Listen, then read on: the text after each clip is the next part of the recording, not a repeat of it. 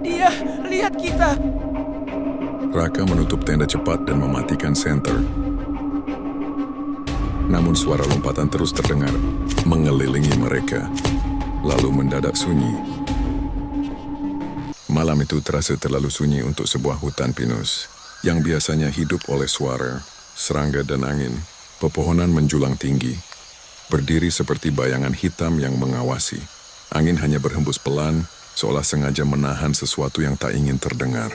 Raka dan Dina baru saja menyelesaikan tenda kecil mereka di tepi hutan. Ini perjalanan pertama setelah lama sibuk bekerja. Mereka ingin ketenangan, ingin menjauh dari dunia yang melelahkan. Namun ada sesuatu di tempat itu yang terasa tidak biasa. Enak ya, akhirnya bisa jauh dari keramaian. Bisik Dina menyandarkan kepala di bahu Raka. Raka tersenyum tipis. Iya, tenang banget. Terlalu tenang. Sekitar pukul 11 malam Dina terbangun.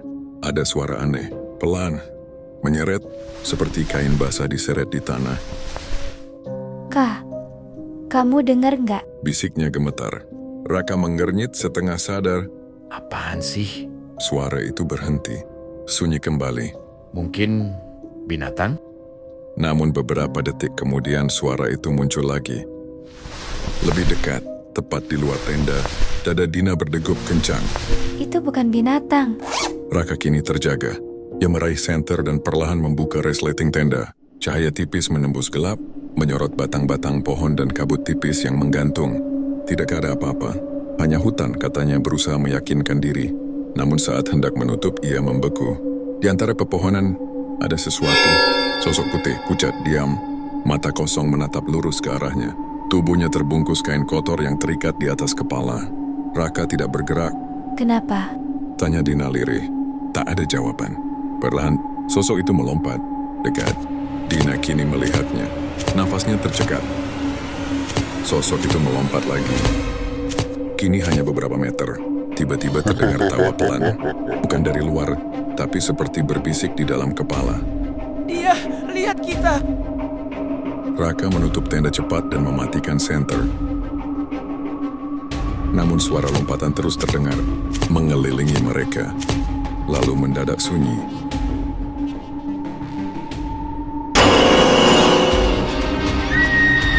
Dina menjerit. Raka langsung merobek tenda dan menariknya keluar. Mereka berlari tanpa arah, menembus gelap dan kabut. Namun tiba-tiba Raka berhenti. Sosok itu berdiri lagi. Dan di belakang, suara lompatan kembali terdengar. Mereka dikepung. Dina menangis. Pocong itu memiringkan kepala, lalu bersuara serak. Kalian menginjak tempatku. Angin berhenti, hutan mati, dan malam itu mereka menghilang. Pagi harinya hanya tenda robek yang ditemukan, kosong dengan tanah penuh bekas lompatan. Lift itu seharusnya menjadi tempat paling singkat untuk berpindah lantai. Tapi malam itu menjadi perjalanan paling panjang dalam hidup seorang CEO. Arman Pratama, pria sukses yang dikenal dingin dan berwibawa, berdiri di dalam lift gedung kantornya yang hampir kosong. Jam sudah menunjukkan pukul 11 malam. Semua karyawan telah pulang, hanya tersisa dia dan seorang wanita muda di sampingnya. Tenang aja, nggak ada yang bakal tahu, bisik Arman sambil meraih pinggang wanita itu. Wanita itu tersenyum tipis, gugup tapi tergoda. Lift mulai bergerak turun dari lantai 21. Lampu di dalamnya redup, menciptakan suasana yang terlalu intim untuk sesuatu yang seharusnya profesional. Saat tangan Arman mulai menjelajah lebih jauh, tiba-tiba lift berhenti mendadak di lantai 13. Lantai 13? Gumam wanita itu. Gedung ini nggak punya lantai 13 kan? Arman mengerutkan dahi. Benar, gedung itu langsung melompat dari lantai 12 ke 14. Sebelum sempat berpikir panjang, pintu lift terbuka perlahan. Gelap, tidak ada cahaya sama sekali di luar. Hanya lorong panjang yang seperti ditelan bayangan. Ini aneh, kata Arman mencoba tetap tenang. Ia menekan tombol close. Namun pintu tidak mau menutup. Tiba-tiba, terdengar suara langkah kaki dari kegelapan. Pelan, tapi jelas mendekat. Wanita di samping Arman mulai gemetar. Mas, itu siapa? Arman menelan ludah. Itu security. Tapi saat sosok itu muncul di ambang pintu, Jantung mereka seakan berhenti. Seorang wanita dengan rambut panjang menutupi wajah, gaun putih lusuh dan tubuh yang seperti melayang sedikit di atas lantai. Tangannya pucat, panjang dan jari-jarinya tidak wajar. Pintu lift tiba-tiba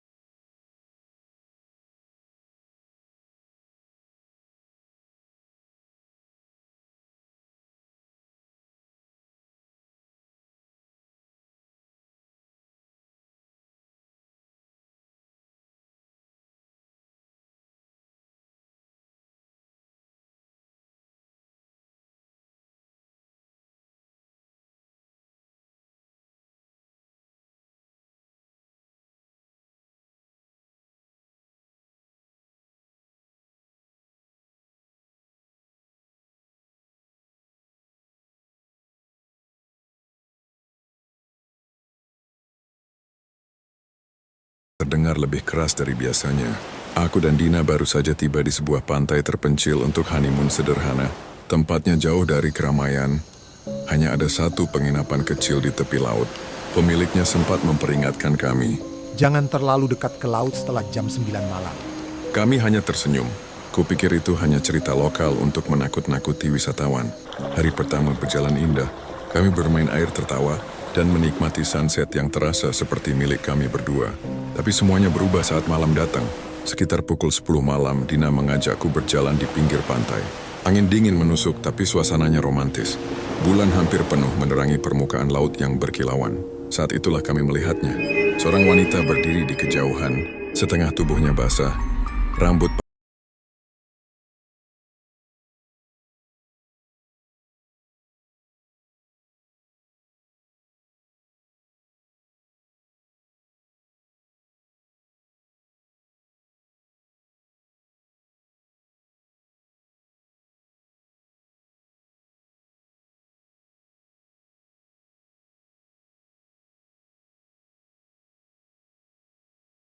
kata apa-apa. Dia menunjuk ke arah laut. Dia minta tolong. Kata Dina, aku ingin menarik Dina pergi. Tapi entah kenapa kakiku terasa berat. Wanita itu mulai berjalan ke arah air. Langkahnya pelan, lalu semakin cepat, hingga akhirnya berlari dan masuk ke laut tanpa ragu. Dina panik. Dia tenggelam. Tanpa pikir panjang, Dina berlari mengejarnya. Dina, jangan, teriakku. Tapi Dina sudah masuk ke air. Aku ikut berlari, ombak menghantam kakiku. Saat aku hampir mencapai Dina, aku melihat sesuatu yang membuat darahku membeku. Wanita itu tidak tenggelam. Dia berdiri di atas air. Dan kini, dia memegang tangan Dina. Wajahnya berubah. Rahangnya terbuka terlalu lebar. Matanya hitam pekat. Dan dari mulutnya keluar suara seperti orang tercekik air. Dina menjerit. Tubuhnya ditarik ke tengah laut. Aku nekat melompat, meraih tangan Dina sekuat tenaga. Air terasa dingin, bukan dingin biasa tapi seperti menyentuh sesuatu yang mati. Tiba-tiba genggaman itu lepas. Wanita itu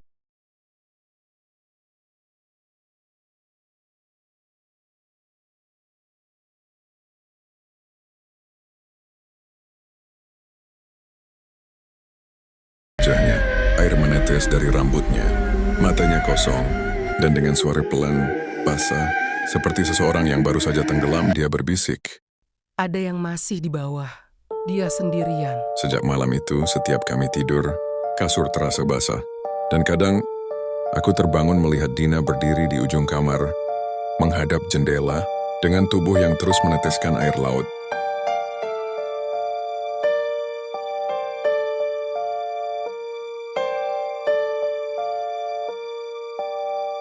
hujan turun pelan saat mobil. Ardi dan Maya memasuki kawasan danau yang sunyi di Bali. Jalanan mulai sepi, hanya suara serangga dan gemerisik dedaunan yang menemani perjalanan mereka. Yakin ini tempatnya? Tanya Maya pelan, menatap bangunan tua yang berdiri di pinggir danau. Hotel itu tampak berbeda dari yang mereka lihat di foto. Catnya kusam, lampunya redup, dan suasananya terlalu sepi. Ya, harusnya sih. Harganya juga murah banget, jawab Ardi mencoba terdengar santai. Saat masuk ke lobi, tidak ada siapapun di sana. Hanya ada lonceng kecil di meja resepsionis. Ardi membunyikannya. Beberapa detik kemudian, seorang wanita tua muncul dari balik lorong gelap. Wajahnya pucat, matanya kosong. Suaranya lirih. Selamat datang. Maya merinding. Kami pesan kamar online, kata Ardi. Wanita itu mengangguk pelan. Kamar 108, dekat danau. Pemandangannya indah. Menyerahkan kunci. Tangannya dingin saat menyentuh tangan Ardi. Kalau malam, jangan keluar kamar, tambahnya pelan. Ardi hanya tertawa kecil. Mitos hotel tua, bisiknya ke Maya. Mereka berjalan menuju kamar. Lorongnya panjang, lampunya berkedip-kedip. Setiap langkah terasa menggema. Kamar 108 berada paling ujung. Saat pintu dibuka, bau lembab langsung menyergap. Di dalamnya cukup luas, ada jendela besar menghadap danau. Awalnya, semuanya terlihat normal, sampai malam tiba. Sekitar pukul 11 malam Maya terbangun. Suara, seperti seseorang berjalan di luar kamar. Pelan, berat, tidak teratur. Maya membuka mata. Mas, kamu dengar? Bisiknya. Ardi masih setengah tidur. Tapi suara itu semakin jelas. Seperti seseorang menyeret sesuatu di lantai. Maya mendekati jendela. Danau terlihat gelap. Namun di tengahnya ada sesuatu. Seperti sosok berdiri di atas air. Diam. Menatap ke arah kamar mereka. Maya membeku. Mas, ada orang di danau. Ardi bangun kesal. Kamu halu. Dia mendekat ke jendela. Dan saat dia melihat, sosok itu tiba-tiba menghilang. Air danau kembali tenang. Enggak ada apa-apa, kata Ardi sedikit gugup. Maya masih tidak tenang. Mereka kembali ke tempat tidur. Namun beberapa menit kemudian, ada yang mengetuk pintu. Kali ini jelas, pelan tapi keras. Ardi berdiri. Siapa sih malam-malam? Dia membuka pintu. Tidak ada siapa-siapa. Lorong kosong, tapi lantainya basah. Seperti ada jejak kaki dari air. Jejak itu masuk ke dalam kamar. Ardi menoleh perlahan. Jejak itu berhenti tepat di depan tempat tidur mereka. Dan di sana, kasur sedikit cekung, seolah ada seseorang yang duduk. Maya menjerit. Ardi langsung menyalakan semua lampu. Kosong, tidak ada siapapun. Namun udara menjadi sangat dingin. Dan dari arah kamar mandi, terdengar suara tertawa pelan. Mereka memutuskan untuk keluar dari kamar. Saat membuka pintu, lorong yang tadi mereka lewati berubah. Dindingnya kotor, catnya mengelupas, bau busuk menyengat, dan di ujung lorong, wanita resepsionis tadi berdiri. Namun kini, wajahnya berubah. Matanya hitam pekat, senyumnya terlalu lebar. Kalian tidak seharusnya melihat danau, katanya. Ardi menarik Maya, mencoba lari. Tapi pintu keluar, tidak ada. Lorong itu seperti tidak berujung, dan suara langkah mulai terdengar lagi. Kali ini, banyak. Dari belakang, dari depan, dari dalam dinding. Tiba-tiba, lampu mati. Gelap total, dan satu suara berbisik tepat di telinga Maya. Keesokan paginya, seorang nelayan lewat di dekat danau. Dia melihat mobil terparkir di depan bangunan tua yang sudah lama ditinggalkan. Tidak ada hotel di sana. Tidak pernah ada. Namun di dalam mobil, terdapat 2 koper. Dan di kaca jendela, ada bekas tangan basah dari dalam. Seolah seseorang masih mencoba keluar